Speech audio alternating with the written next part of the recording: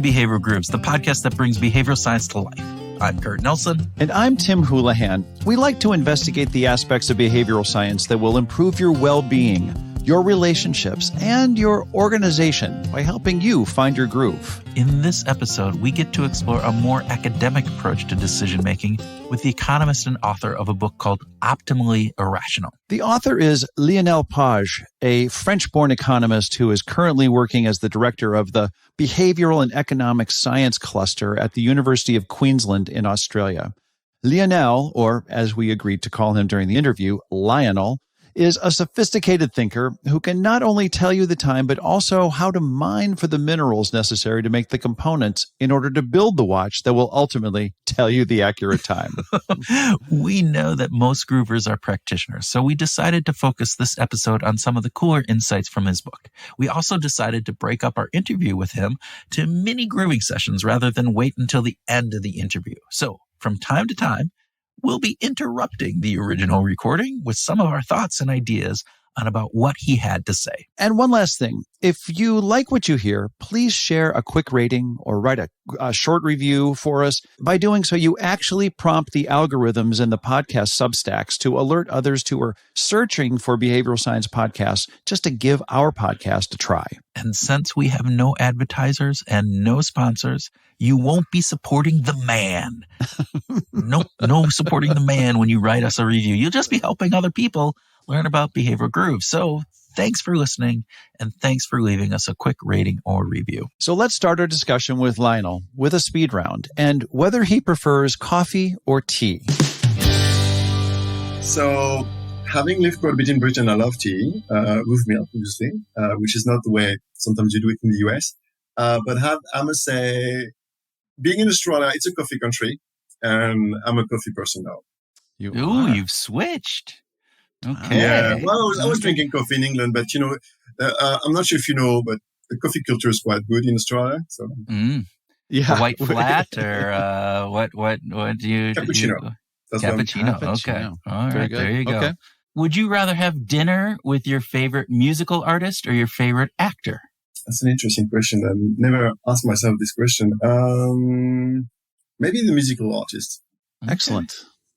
Tim likes that answer. So there you go. He's the musician in the group here. There you go. Does anyone come to mind? Yeah, could be like, maybe not the kind of music you would think of, but I would be thinking somebody like Philip Glass or Hans Zimmer. Philip Glass would be a fantastic dinner guest. I would think he would be fantastic. I would be interested to discuss about the creation process, how he gets to create his pieces. Yeah. How does he do that? I think that would be amazing. Okay. Third speed round question. Overconfidence. Is it beneficial or not beneficial?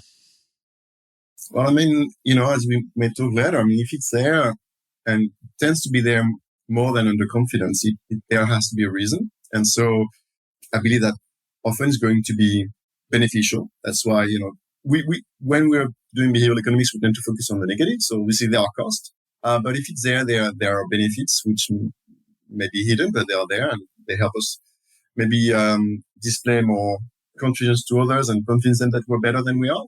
But obviously there will be costs. That is, if I'm overconfident that I can swim in a river with strong currents, I'm not going to convince the river with my overconfidence. So that's maybe too dangerous.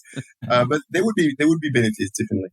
Yeah, like I'm overconfident that my co-host will ask really smart questions, and I always, it's one of those things. And it fails all the time. Oh my gosh! Every time I think he's going to do it, he's going to do it. Maybe this time. And then he does, and then he does. No, he does. He's all right, Lionel. Last one here. Does Homo economicus get a bad rap? So definitely, for good reasons, right? In the book that I wrote, Optimally Irrational, I kind of say, well, there are good reasons to criticize the Homo economicus. And we learn a lot from criticizing it and from trying to really test the ideas of the Homo economicus. Like we have a much better understanding of human psychology. But so, yes, it gets a bad rap for good reasons. At the same time, you can go too far into saying that was all nonsense and there is no interest in stuff. And actually, some question you may ask was the problem the kind of core assumptions about person trying to make reasonable and good decisions, the best decisions possible, Or was it some other assumptions, such as this person had amazing computational abilities and perfect knowledge about the world, which obviously would agree that's not the case. So should we abandon the idea that people try to make the best decisions for themselves? This is a core idea. Or should we instead say, well, maybe people try to make the best decisions for themselves, but they don't have access to the whole information in the world in a transparent way. And maybe, when they get access to this information, making the best decisions is difficult. Like we experience that when you look at your insurance contract and you try to make sense whether it's a good contract for you or whether you should change to another insurance company. Well, it takes time, it takes effort. And then maybe we need to look into that to have a new version about a smarter economic use in a way. Well, and that's a lot of what you talk about in the book. So we're talking with Lionel about his book, Optimally Irrational, The Good Reasons We Behave the Way We Do. And I just want to start with the very first question is, how would you define rational and irrational behaviors? Yeah, it's an interesting question. And one ironic aspect of the book is that I end the book with a chapter on what is rationally. Right. Exactly. Yeah, that was we had to wait till the end. It was thought you would start the book that way, but no. Yeah. So we start saying, what is rationality? It's basic understanding that people are rational if they are making reasonable decisions that they agree with. So, if you tell them, wait a minute, you said you wanted to buy some bread in the shop and you come back with, some chocolate bars. And where is the bread? So there's a problem here. And people say, oh my God, yeah, I made a mistake. So that's would be rational. But then at the end of the book, we see I kind of delve into what is rationality and how economists think about it. And that's a difficulty here is that often in science, science are built on kind of commonly agreed understanding, or at least the impression that we commonly understand some notions. Yes. Right? The impression is the key part there, right? Yes. If you were to do statistics, you could think, what is the probability? Well, that's a very complex question, but most statisticians don't ask themselves this question every day. And in mathematics, in plenty of other sciences, you have the same thing. So rationality is a bit the same thing. That is, you would go to a course in economics and you'd have some definition of rationality, and it's something you don't have to question. But the funny thing is that if you go to different courses in economics, then you would see that actually you have different definitions of rationality. Some are very restrictive.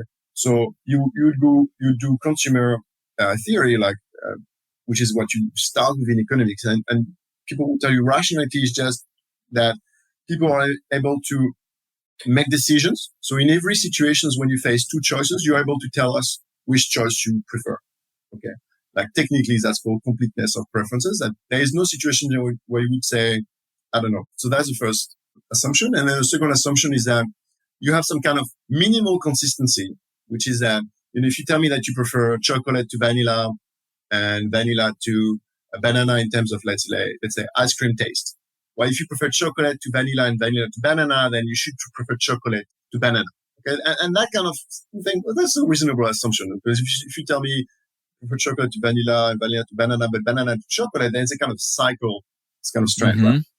So you would start economics and people, and the course would say that the two assumptions, you have rational preferences if you follow these two assumptions. But then you would go to other areas of economics and then you would have additional assumptions which are added to rationality. So, Mr. Houlihan, what do you think? What do you think about rationality? And kind of sounds a lot like consistency of preferences. At least that's what I'm hearing. That is a key part of it. I think you kind of nailed it, that rationality sounds a lot like consistency. We oftentimes think about rationality as having, the things about a rational choice is made when we have a lot of options. A rational choice is when we've considered all the options. Right. Those are, and the third sort of tenet of rationality is that we're making it in our own best self-interest. It leads to the best outcome for us as we think about rationality. And what I'm hearing being said here, and which is an interesting thought, it's that if it follows a logical process. If A is bigger than B and B is bigger than C, then A therefore must be bigger than C. Right. C can never be bigger than A. Right. But that's not, and what's interesting, I think, is Kahneman and Tversky, this was some of their original research that kind of said, hey, you pick A here and you pick B and then you pick B over that. So you should pick, A over C if you, anyway, it didn't fit to this logical component and Right. this preferences. So, right. Well, I think about sort of my logical preferences on driving. Like I could say that when I get in the car to drive, my rational response is to get from point A to point B as quickly as I can, right? To reduce the amount of time on the road. There's all kinds of good rational reasons. And that all that makes sense. And that would certainly apply when I'm driving to work, probably. If I'm commuting in my automobile, then there's that. But what if I'm just like driving to the park with my partner? What if it's Saturday? What if I don't want to take the freeway? What if I want to take city streets? The utility that comes from that is going to be different. And I think from an economic perspective, we might say that that's like irrational. No. And Lionel could argue that's okay. Yeah. Right? This is part of what he's saying is that is okay that we have different senses of utility and rationality, and inconsistency is okay. So let's pick up the conversation with Lionel describing the importance of how we define a field of study or discipline of work. The one caveat of the success of a discipline is that often, it's the way it is described, the way people talk about it become a bit simplistic. And the way the narrative about behavioral economics, having built itself against the old standard Homo economicus, etc., has been that behavioral economics, we show that people are irrational. So I start the book by showing that something which seems strange, in the same way as like behavior can seem strange, but some things which can seem strange in nature, they may have like very interesting explanations, as there are very good reasons behind it. But I wanted to start with that to say, it's not because you find something very strange and hard to explain that you should stop there and say, here that often you can find very interesting and convincing underlying reasons for what this is happening. Is it an overlooked fact from your perspective? You kind of talked a little bit at the beginning about saying, you are tired of trying to explain behavioral economics as looking at the mistakes we make and kind of integrating it, almost like Richard Thaler when he talks about wanting to have behavioral economics just become economics right. at some point, right? Yeah, so I think you're totally right. So we have all these results on behavioral economics, a very interesting one. And I think that's also the way science works, like attribution in science is not perfect. And so when you have a very successful author or school, the patterns of citation, the way citations work, is that people are just going to do it. And so, the previous generation, in particular the generation of Kahneman and Tversky, certainly knows what was before, and, they don't try to mask it. But the next generation starts citing Kahneman and Tversky, and then the following generation says things that, things started there. And I'm not saying that to lower the contribution of Kahneman and Tversky, which was huge. But as you say, I think they were on the shoulders of giants on many others. And one of the big things when you look at the history of science is that their contribution, in particular the prospect theory paper of 79, which is one of the most cited papers in economics, not everything is new there. I think what they do is that they clearly put new ideas in it, but they also aggregate a lot of ideas which were existing before. And I think it's valuable as a perspective of the history of the field. I guess my question is, why do you think people really don't know what we want? Why is it that we aren't so good at actually saying this is actually what I want? Well, that's a huge question. I think there's. I was gonna say that's like, we only have 5 minutes here. No. Okay. I think. Look, I can give you several reasons.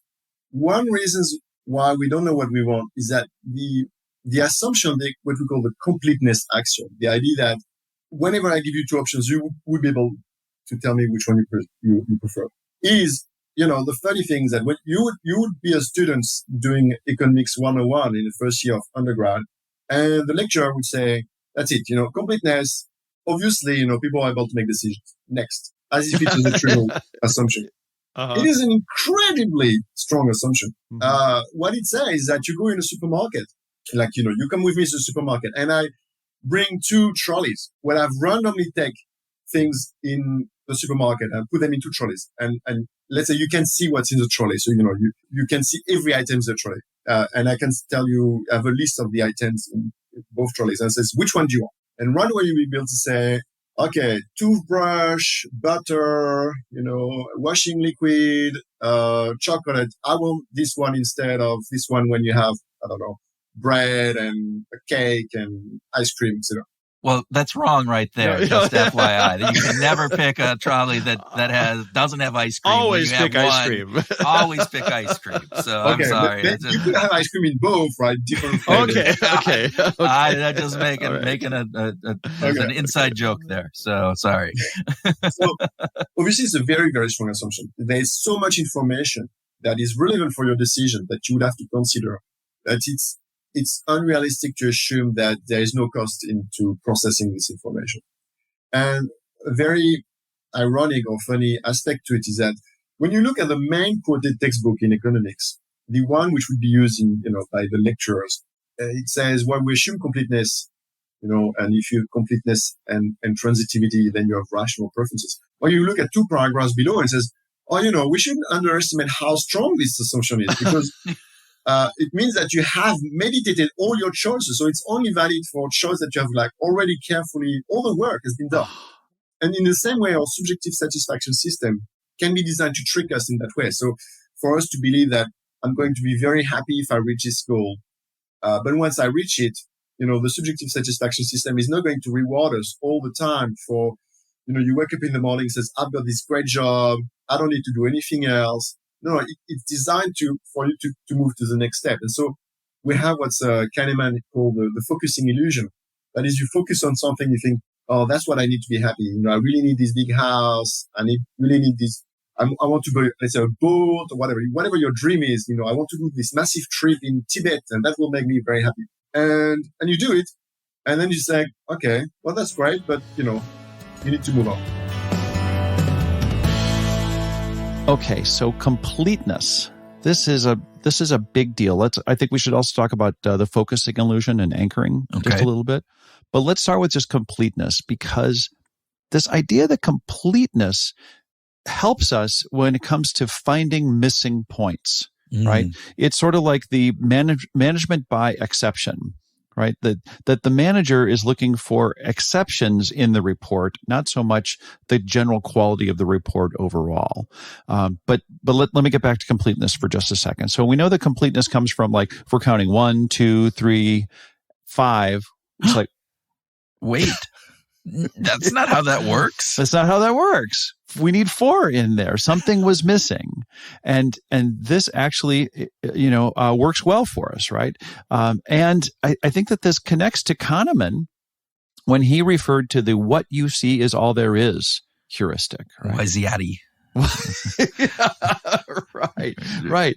That we are good at sort of examining quickly seeing things and going, oh yeah, quickly, that's complete or that's not. I think this piece that what we know is that humans like completeness. We like this element. It's the Zeigarnik effect, right? This idea that we are constantly looking for the piece we need that closure. We want that piece. We want to fill in the missing gaps. It's the 1, 2, 3, 5. Wait, we don't like the 4 being left out. We need to fill that in. We like that aspect of it. And I think it's really important when we think about all of that is, okay, so the implications of that can be, they get us sometimes into trouble when we have an illusion of completeness. Yes. Yeah, that's the problem, is that when we get presented with something that we're not familiar with,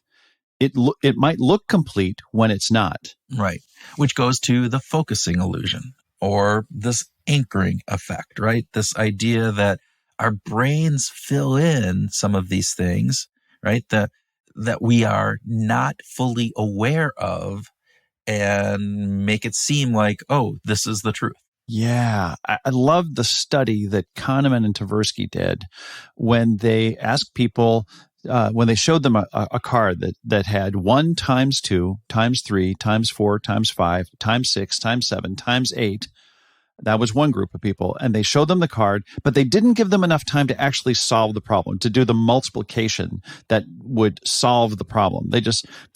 You get to a quick look at it, and then you're asked to give an answer.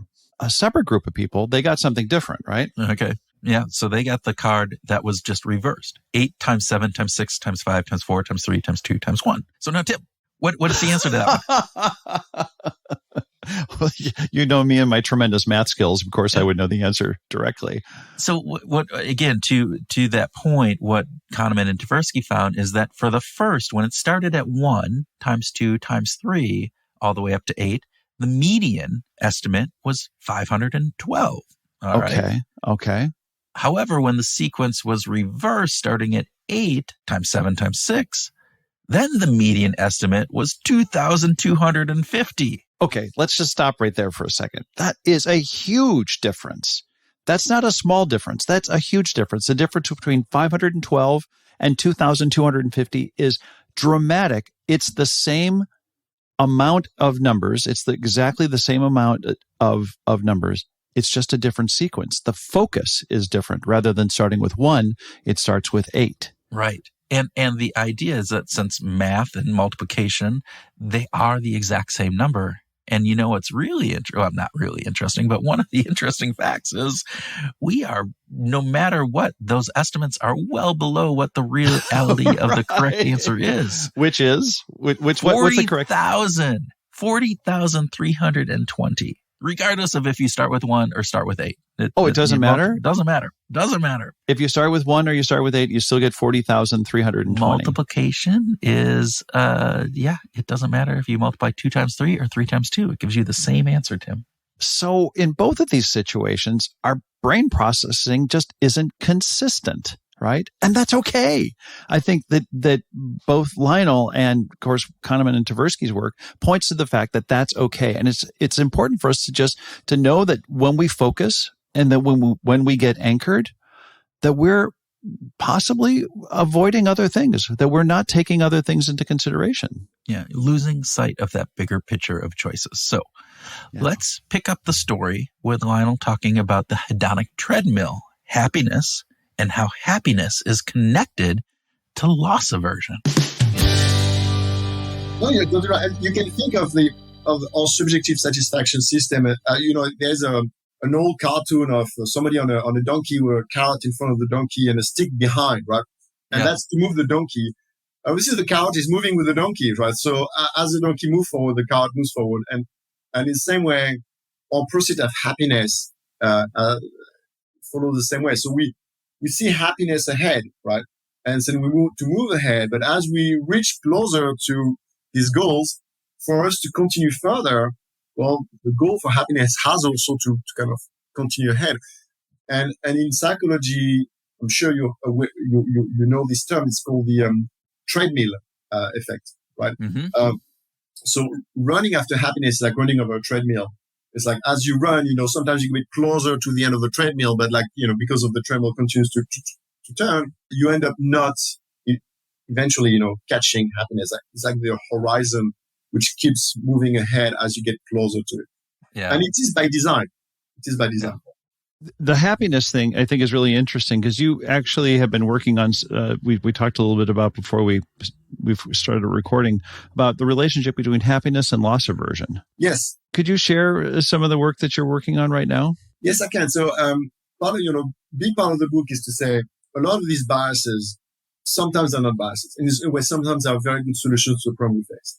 And whenever you see that a behavioral pattern which is always present or mostly present in human psychology, you have to ask, why is it there? So if we think about the subjective satisfaction system with this A-shaped function, the first question is, why would you have such an A-shape? Why would you have a reference point? Why would you care about gains and losses relative to a reference point?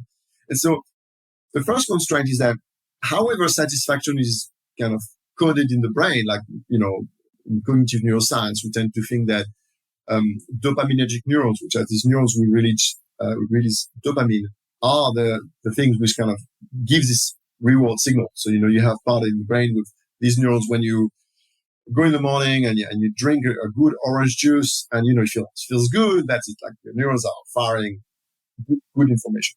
So, but you have a limited number of these neurons. So you can think that, there's a kind of limit that your brain can tell you as like good. Okay. The other constraint you have is that our perceptual system is not perfect. So we make kind of mistakes. And one intuitive thing is that if I give you 2 pens of similar weight and I ask you which one is the heaviest, you wouldn't be really able to be like, oh, I'm not sure. And so you may choose randomly. And similarly, if I give you 2 things which are of similar kind of values, I ask you which one you prefer. You may like, no, I'm not sure. Both are like pretty good, right? I give you 2 pieces of chocolates of different flavor. Which one do you prefer? Oh, they're different, but they feel pretty good. So you may once again choose randomly, but choosing randomly is not ideal. So what it means is that to have this this ability to discriminate, you should have a steeper utility function. That is between small differences, you should perceive differences in values for these small differences. But because you have these boundaries of minimum happiness and maximum happiness, you can't have a steep perception everywhere. So nature needs to allocate this perception, this sharpness of perception where it matters. And so where it matters is going to be typically where the kind of decisions you're making usually, right? And so if you think in terms of money, the kind of decisions you're used to is around what you have. And if you gain, you should care about gains because there are deviations with where you are now. And you should care about losses because there are deviations from where you are now. So that should be steep around where you are. You should be very sensitive to do a bit better than now, do a bit worse than now. So you should have this A-shape as an optimal solution, as an optimal perceptual system, which is just more discriminating where it matters. Now, what you don't have in this setting is why would you have loss aversion? And so what we show, I'm working on that work with my colleague Greg Kubitz, who is also working here in Brisbane. And we go a step further and say, wait a minute, how does this perceptual system kind of perfectly adapt to the distribution of situations you're facing? Like when you're facing always the same situation, maybe, you have this experience about the type of monetary decisions you're making around what you have now. So that's fine. But if I was in many situations, you have to make decisions about situations which are kind of not exactly around what you have now, not the status quo. Okay. So Tim, I think what is interesting here is that we're not programmed to be really sensitive to small differences in those similar things, right? This is a challenge, isn't it? It's huge. I mean, we talk about how, we as humans are percentage wise and absolute foolish. We've talked about that multiple times. Yes, the idea of, yes. Traveling across town to save $50 on a a TV. stereo TV or something, but, not traveling that same distance to save $1,000 on a car. Right. Because of the size difference. It's proportional. And so, again, it's that we can easily tell the difference between 1 pound and 2 pounds, but we can't tell the difference between lifting 51 pounds and 52 pounds, right? Because the 1 and 2 pound difference is 100% different. But the 51 pounds and 52 pounds, those are 2% different, right? Yeah. If I'm doing my math right. You are. You're good at math. There you go. And at the same time, Lionel argues that we are not very sensitive to small differences in similar things, like 2 different chocolates. Now, it's always cool to hear someone with a French accent saying the word chocolat. That's true. But it is it's sort of a misfire, isn't it, of the human condition that part of our DNA does not have sort of a hypersensitivity to small differences in small things. Yeah, in similar things. In similar right? things. Yeah, excuse me. Yeah. Well, it's small and similar. And that's, like, why shouldn't we be able to tell the difference between 70% dark chocolate and 90% dark chocolate? Right. And which always makes me really interesting because I am horrible at that, particularly in taste or sound. Like, you can tell sound differences, where I can't, right? Yeah. You can go, oh, that's, off on this pitch or that. And I'm like, oh, no, it all sounds the same to me, right? And but that's training. That's all, right? That's not, I would consider you an average consumer of music. I am just average. That's for sure. Sorry, I didn't mean it that way. No, I'm okay with being average. That's okay. I take pride in being average. There you go. But why not? Like, why don't we? Like, you brought up food. Yeah. Why don't most people, when we taste that glass of wine, go, oh, there's notes of leather and lilac and leather and lace. I thought you were going for. Why don't we taste all that when that would be beneficial to our DNA, to our evolution? Would it? I mean, what evolutionary purpose does that serve? Right? Is there a difference? There's a difference in being able to taste something that is sour or different, and differences in understanding, hey, this has a high caloric, it's savory, so it has a lot of fat and different things, or it's sweet, so it's, higher in calories, which are evolutionary good. But if a banana, tastes a little bit different than another banana, do I really care from an evolutionary perspective? Maybe that's it. Yeah. Let's also talk about motivations and how motivations are so simple that there's just, oh, wait, no, I got that wrong. Motivations are complex, right? Yeah. Yes. But they're largely based on our expectations of the future. Yeah, which kind of takes me back to Roy Baumeister when he talked about anticipated regret as being one of the biggest motivational factors in our lives, that we think about what might we do and how is that going to affect us in the future, that ends up becoming a determinant in our motivation. Yeah. And I think that's an interesting piece. And Lionel talks about when we think about making decisions, we can easily separate them into a bunch of different categories, like monetary decisions versus non-monetary decisions or categories, right? For instance, it's easy to imagine getting a job is a monetary decision. I need money to pay for my rent and to buy food and to have that, wonderful car that we drive and all those things, right? Yeah.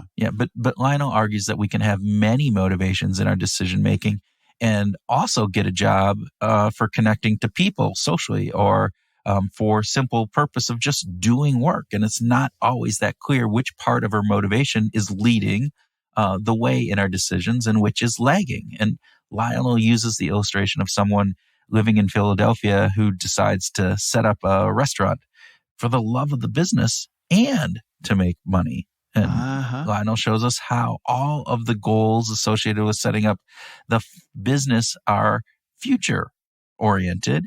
They're based on anticipated utility. And this feature of anticipated utility, well, it's a fundamental design feature for humans. Let's hear Lionel tell us about that. So nature is not able to design us with hardwired answers to this question. But nature, in a way, nature can see through us. So we have all, if I live in Philadelphia and I want to set up a restaurant, I have my personal experience about what is the city, what are the opportunities, etc. So I can set a goal to myself. And maybe by setting a goal, nature can retrieve this information and says, oh, you set this goal, so now you need to do it. I want to set a restaurant, but who cares about monetary success? Well, we will anticipate that if we're too ambitious, we're going to be disappointed. We may be disappointed. But at the same time, nature can induce us to be more ambitious by setting in our reward system what's called anticipated utility. So now, as I'm wondering whether I could be successful with my restaurants, as I entertain the possibility that I could be successful, then I would like this idea. Also, I imagine myself having a successful restaurant. I would like to believe it's possible.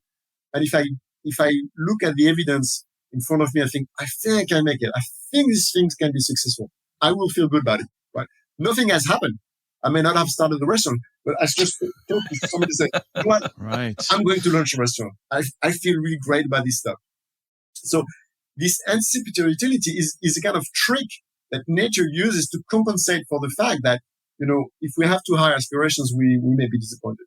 So that's the first solution. The first additional pieces you need to work when, your subjective satisfaction system cannot integrate a priori or cannot calibrate without the contextual information that you have. So there is a risk of providing anticipatory utility at the time when people just have expectations, that people will form way too optimistic expectations. And what we show is that there is a kind of a key problem that your satisfaction system has to face, is that you cannot solve the two problems together. You cannot have this kind of S-shaped utility function and anticipatory utility and have that people are never pessimistic or they are never optimistic, that people always pick the right stuff. And we show that this cannot be done. And so it decreases the problem of potentially you being over-optimistic. And so what you have is that the perfect system is a system when you have anticipatory utility and an S-shape which is distorted in a way which displays loss aversion. And that allows this system to make sure you make the right decision. So when you get information, you try to reach what you can do in the best way possible. But once you've set this goal, you need to reach it. That is, if you don't reach this goal, you'll feel bad about it. Okay, so that prevents you also to set goals which are too high, because if you set a goal which is too high, then failing to reach it, you'll have more disappointment. Okay, so this whole idea of anticipated utility and happiness being so deeply intertwined is really important, right? And it goes back to Kahneman and Tversky. It always goes back to Kahneman and Tversky. Doesn't it? Oh yeah, always. Gosh. And here we are talking about economics, and yet it goes back to a psychologist who looked at the economic model and said, wait a minute, it's not always rational to think that gaining $100 is the same as losing $100, even though economic theory would say that it is. So the S-shaped utility function, this is prospect theory. It is. This is it. So when Lionel talks about S-shaped utility, and by the way, in the recording, it might sound like he's saying A-shaped or H-shaped. It's S-shaped. So just want to make sure that everyone understands that. But it focuses on how we weigh losses larger than gains of the same value. And it delves into the negative utility of where things that were that we were previously looking at always having positive utility curves. So anticipated utility now says, okay, let's consider what we might get from this and base our expected utility, this something that happens out in the future, as how much value it's going to have to us right now. Which goes back to the very beginning when we were talking about rationality, right? And this idea that Lionel is saying that people aren't always going to pick the right stuff because of this S-curve, that rational option flows directly from A is better than B, B is better than C, and therefore A is better than C. But we don't always make our decisions that way because of this S-shaped curve and this future perspective that we're taking. So starting a restaurant, as we talked about earlier, is a complex set of motivations, some monetary, some non-monetary, and we have expectations around all of those, right? Fun, rewarding, difficult, successful, all of those play into it, and they all have an S-shaped utility, which makes this very complex. Right. And at which I'm glad that people like Lionel are studying it. I mean, because it's way beyond my brain power, that's for damn sure. That's right. So he did make this point that anticipated utility combined with loss aversion become this extremely powerful motivational combination, because the anticipated utility gets us excited about how cool the future could be if we achieve these certain goals. But the loss aversion keeps us from working so hard that we don't fail at the goals that we've set.